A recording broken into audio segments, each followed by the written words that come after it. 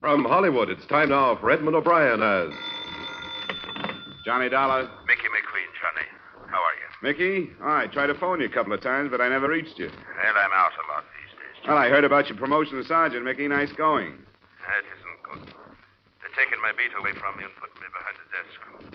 I've got to talk to a friend about it. Will you be home tonight? Well, you really sound worried, Mickey. What is it? Nothing yet, Johnny, but there'll be murder before it's finished. My mind's made up. I want to talk to you about it. Sure, Mickey. I'll be here any time you want to come up.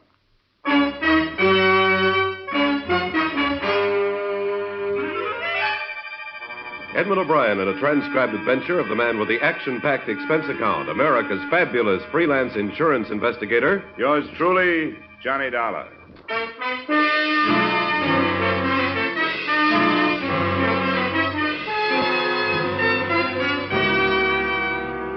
Expense account submitted by Special Investigator Johnny Dollar, to whom it may concern, Hartford Police Headquarters, Hartford, Connecticut. I don't expect you to honor this statement, but since the reports to my regular employers go in on these forms, the following is an accounting of my expenditures during my personal investigation of the Mickey McQueen matter. You may wonder how I got mixed up in it. Well, it's been my privilege to have worked a number of cases with Mickey McQueen here in Hartford, and through the years, a friendship developed between us. So when he phoned Tuesday night to say he wanted to talk to me, I was glad to ask him up. But when it got to be 1:30 in the morning and he still hadn't arrived, I wasn't so glad. He arrived at 2.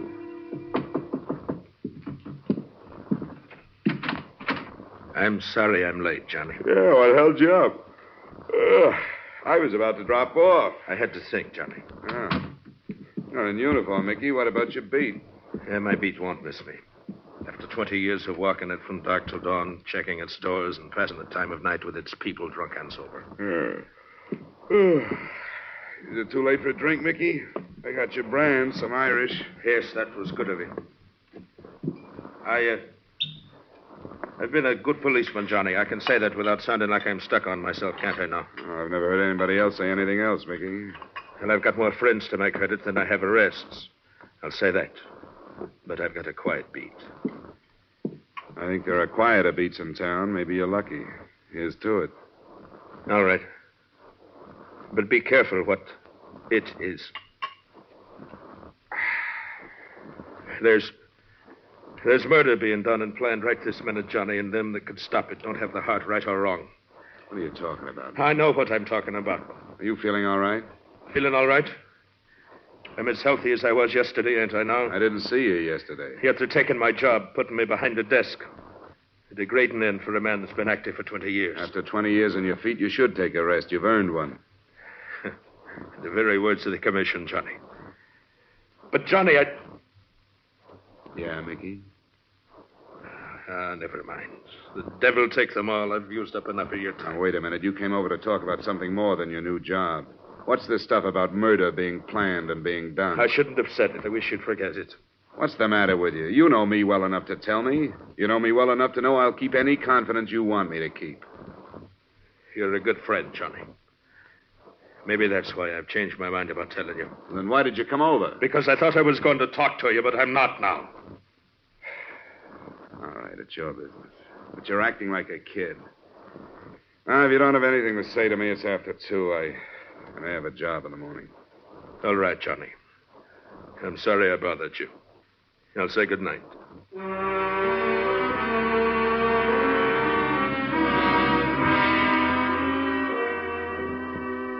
I didn't sleep very well for the rest of the night. In sort of a half doze, parts of Mickey's conversation kept coming back to me. And the more sleep I lost over it, the more I wished I had been less grumpy and more sympathetic.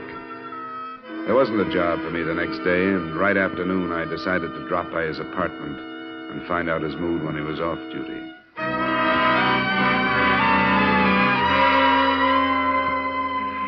Mickey's apartment occupied the ground floor of a narrow gray row house not far from mine. I could hear a woman crying somewhere inside. I smelled domestic trouble, but I pushed the buzzer anyway.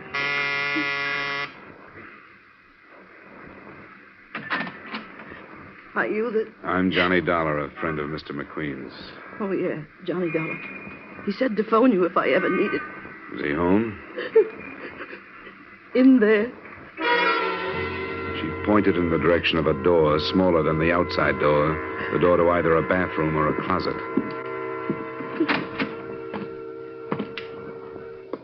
It was a closet. The clothes were bunched at one end of the rod, and from the other, still in uniform, his own polished leather belt drawn tightly around his neck, hung Mickey McQueen. I walked back into the lace-curtained living room. The woman who had let me in was in her middle 30s. She wore too much makeup, and her white blonde hair was anything but natural. She had stopped crying, and she acted as if she were waiting for me to start something. Well, what about it?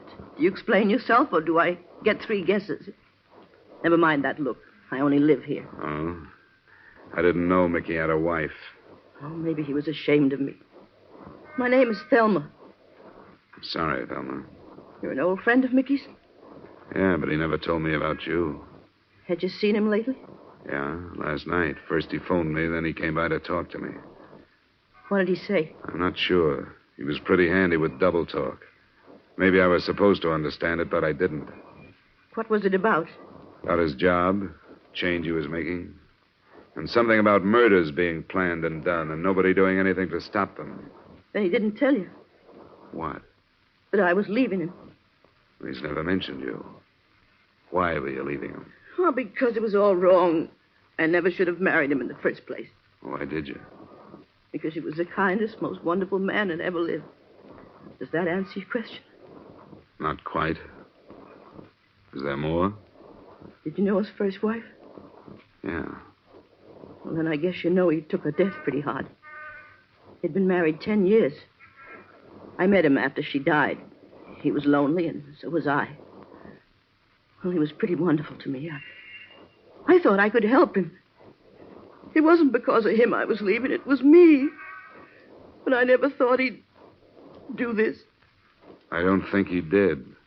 What do you mean? I think he was murdered. Why? When did you find him? Oh, I came home about a half hour before you got here. Have you phoned the police? Not yet. I didn't know what to do. Where had you been? I told you I was leaving him. I've been living in a hotel. Does it matter? Well, why'd you come back? Oh, just to get some things I'd left. Why are you asking me these things? When it's murder, there's bound to be a lot of questions. I don't think it was. Everybody loved him. He didn't have an enemy in the world. Why would anybody want to kill a man like Mickey McQueen? For the rest of the day, I tried to talk myself into leaving the matter in the hands of the police where it belonged, but I couldn't do it. That night, I started making the rounds of Mickey's beat. I talked to a corner magazine vendor who had sold him a mystery, a woman in a cigar store who had talked with him, and a cabbie who had borrowed $5 from him. None of them gave me anything helpful. My next stop was the Cedric Hotel, where I looked up the house detective, Ned Martin. Oh, poor old Mickey. I'll miss him. So will I. Did you see him last night? Yeah, he dropped in. He always did, once or twice a night, just to shoot the breeze, you know. Why'd he do it? Did he leave a note or anything? I think he was murdered. What makes you say that? Came over to see me about 2:30 this morning. There was something on his mind. He wanted to talk about it, but he wouldn't. Yeah, that figures. What do you mean? I noticed something about him last night. He was real low. I asked him what was the matter. He said it was because it was his last night on his beat. He was supposed to check into his new job today. But that didn't sound right to me. Did you know he had a wife? Yeah, I heard about it. Then I hounded him till he showed me a picture of her. Bleached blonde? Yeah, she looks it. I didn't want to embarrass him by asking, but I wondered about her. What makes you think it was murder, Dollar? Now, do you think Mickey was the type to kill himself? Well, no, but how can you tell? I guess you can't. All you can do is try to find out. Well, if you don't have anything more, I'll be on my way. Wait a minute. Huh? I guess it was a dirty trick, and I wish I hadn't done it, but I snooped that marriage. I found out who she was. Her name was Thelma Weaver. She did a couple of years at Joliet. Where'd you get that? Things like that don't stay hidden. I'd drop it if I were you. I really would. What are you holding out on me? It's for your own good, Johnny. I'll shake it out of you if I have to. Okay, hero. You know Fred Koo, The Calcutta Club over in Bartlett. I know of him. He's a police informer, isn't he? They're part-time. Uh-huh. If you won't take my advice and forget it, go talk to him. And don't tell him who sent you.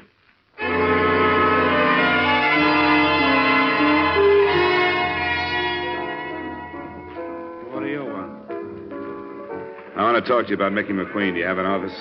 You a cop, too? Only a private one. I was a friend of Mickey's. Oh, sure. Roy. Yes? I'm in my office for a little while. If there's any trouble, buzz me. Roger, Fred. Come on, this way.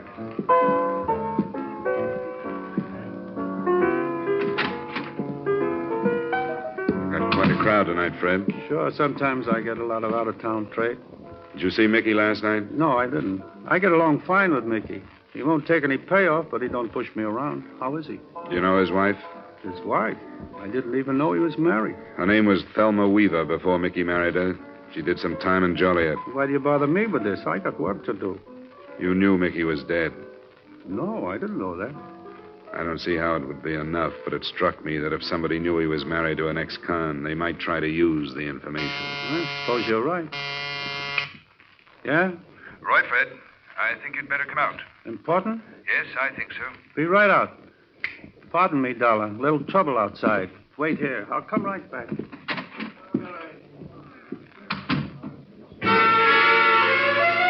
I waited, and while I did, I took a quick look around the office for another way out in case I might need it. There wasn't any unless the steel door in one of the walls was it.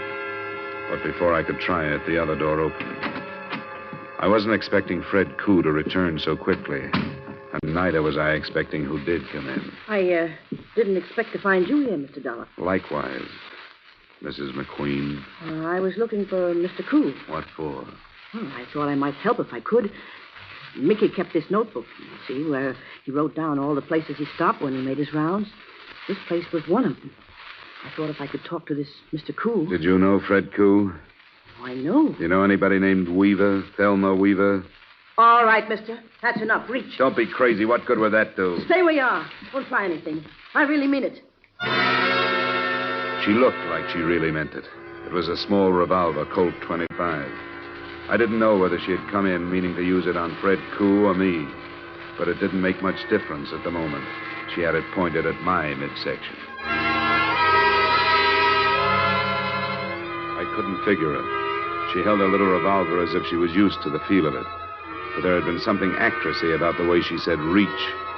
I couldn't figure her, but I decided not to take a chance. I grabbed up the inkwell from the desk and threw not it, but the contents at her. Hey, what's it? Okay, drop it. Drop it. Drop it. Now sit down. All right. What do you want? That depends on what you want. I told you. I want to find out who killed Mickey. At the apartment earlier today, you didn't think anybody had. What about it? All right, Johnny. How much do you know? That your name was Thelma Weaver, that you spent 2 years in Joliet. That's right.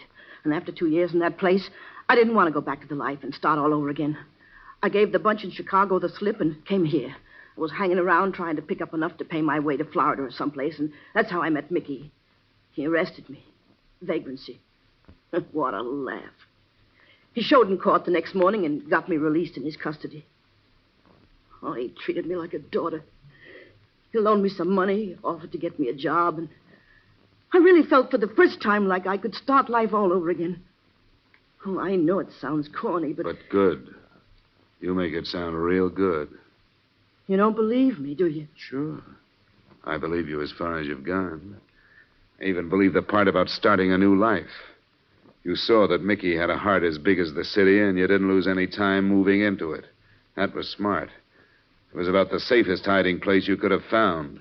For you, but not for Mickey. How did I know about Fred Koo? Somebody spotted me and told him. And he didn't waste any time getting in touch with Chicago.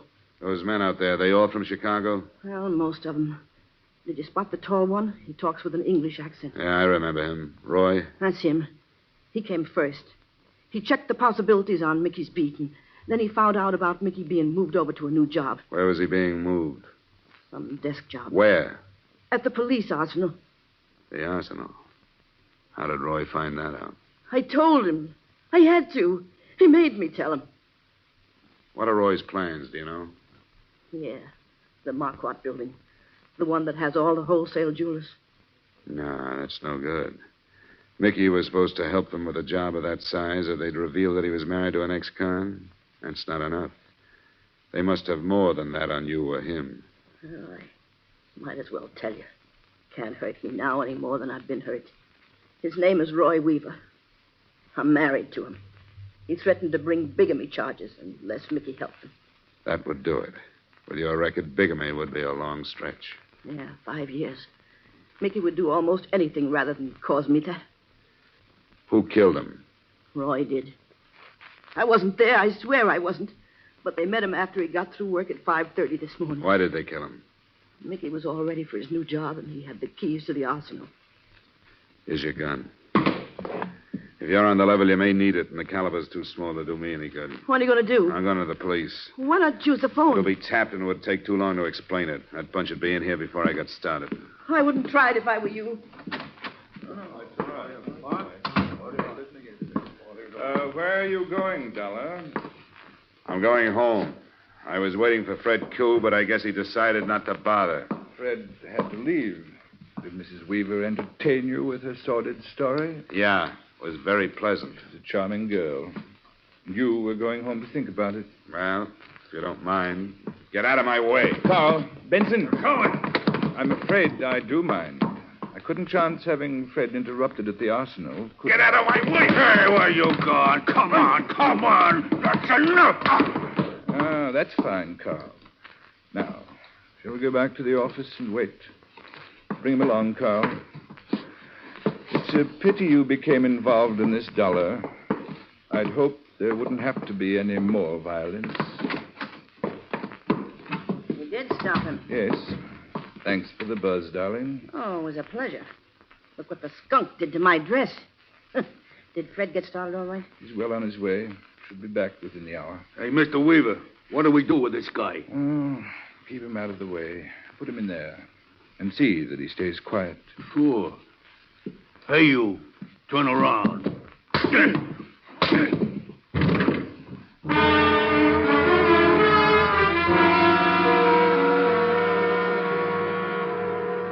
At least I found out what was behind the steel door I'd noticed earlier in the evening. When my eyes opened and I got accustomed to the light from a single dust-covered bulb, I realized that I was in a sort of wine cellar. There were some bottles, but most of the storage space was taken up by a large and varied assortment of burglar's tools. There were a few weapons, too, but I knew they were nothing compared to what Fred would bring back if the raid on the arsenal was successful. I glanced at my watch at 11:15, and right after that, I heard the heavy latch on the door being turned. I got back into my position on the floor, closed my eyes, and listened. Don't forget the bars, Carl. We'll need them for the inside doors. I got you. Hey, Benson, you take these. I'll bring the rest. You want the guns in there, Mr. Weaver? We won't need them. Crocker. Yeah? Listen closely now. We're behind schedule. Both cars are in back. In the Buick, you'll find the things from the arsenal. Yeah. I want you to move half of them over into the Cadillac. What about the grenades, Roy? They're in a case marked CN-DM, irritant gas M6. I got it. Open the case and put half in the Buick. The most important is the cordite powder for the vaults. There are 2 boxes. Put one in the trunk of each car. Right. Be careful. It's very touchy stuff. Yeah, I know. I've handled it before. All right, get along then, and hurry. It won't take long. Now, Fred will be in charge of one car. I'll be in the other. It's all right. We're agreed that we'll meet at the north entrance at midnight, both to approach the building from the east on Lincoln. You will have dropped 2 men to guard the south entrance. 2 of my men will subdue the guard at the north. It'll be better. They'll spin the alarm in a big hurry. You can trust me. They'll use Thompson's. Thelma, Yes, Roy? where are you going? Well, don't be so snoopy. I'm going to powder my nose. You're coming with us. Sure, Roy, if you want me to. I don't need you, but I don't think I should feel safe without you with me. Don't be long. I'll be right back. Think everything is ready from in here, Mr. Weaver. Good. Go to the cars then, Carl. What about the Seamus did? Oh, lock him up again. We'll decide what to do when we come back. I guess he can't cause no harm in there.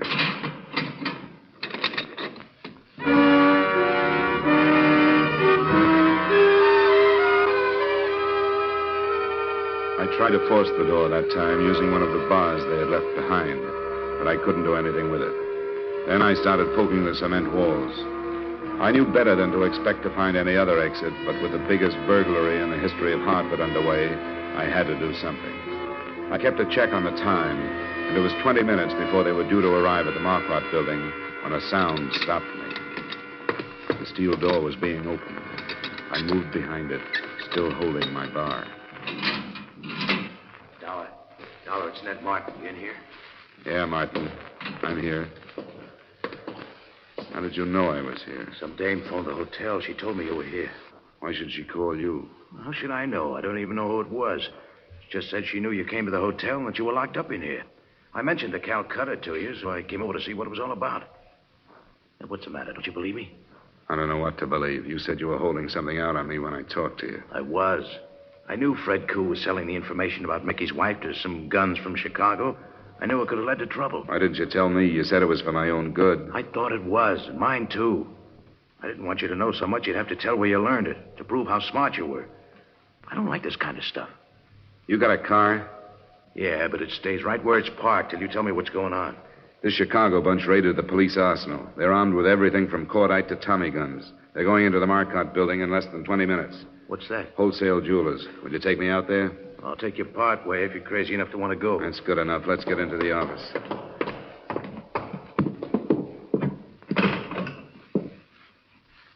It's dead. Who'd you want, police? Yeah. We could stop on the way. It'll take us 15 minutes to get to the Marquardt building. If we run into a patrol car on the way, we'll stop it. If we don't, you can drop me and then phone in. Where's your car?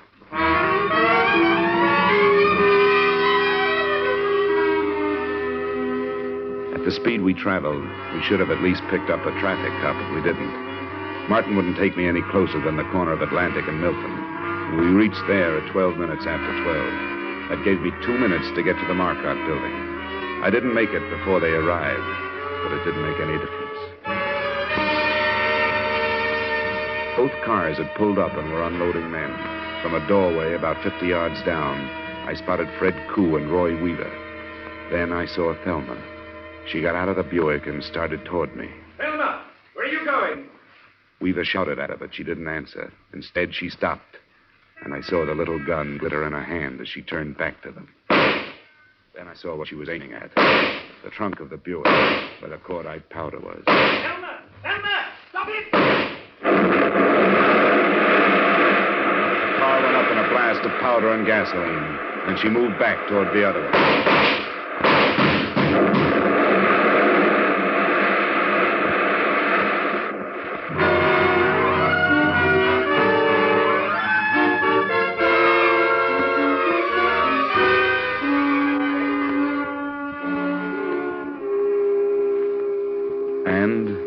That was it. Thelma Weaver McQueen, as the department knows, was DOA at Emergency Hospital. None of the mob got out alive except Roy Weaver, who lived long enough to sign a confession to Mickey McQueen's murder. I want you to know that I may have lost a good friend, but you have lost a better policeman. I hope to see those early news accounts that called him a suicide corrected. Expense account total, no dollars and no cents. Yours truly, Johnny Dollar.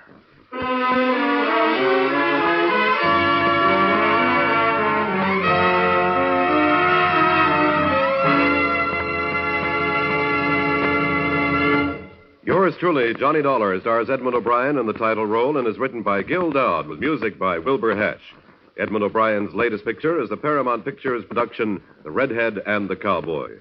Featured in tonight's cast were Bill Conrad, Martha Wentworth, Herb Butterfield, Jack Moyles, and Ray Hartman. Yours truly, Johnny Dollar, was transcribed in Hollywood by Jaime Del Valle. This is Dick Cutting inviting you to join us next week at this time when Edmond O'Brien returns as Yours truly, Johnny Dollar.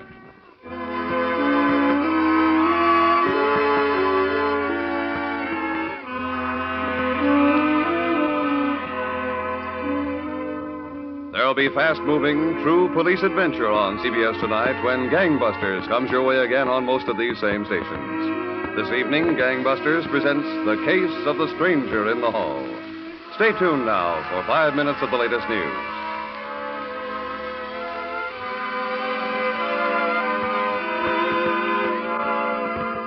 This is CBS, where you laugh at Jack Benny every Sunday night, the Columbia Broadcasting System.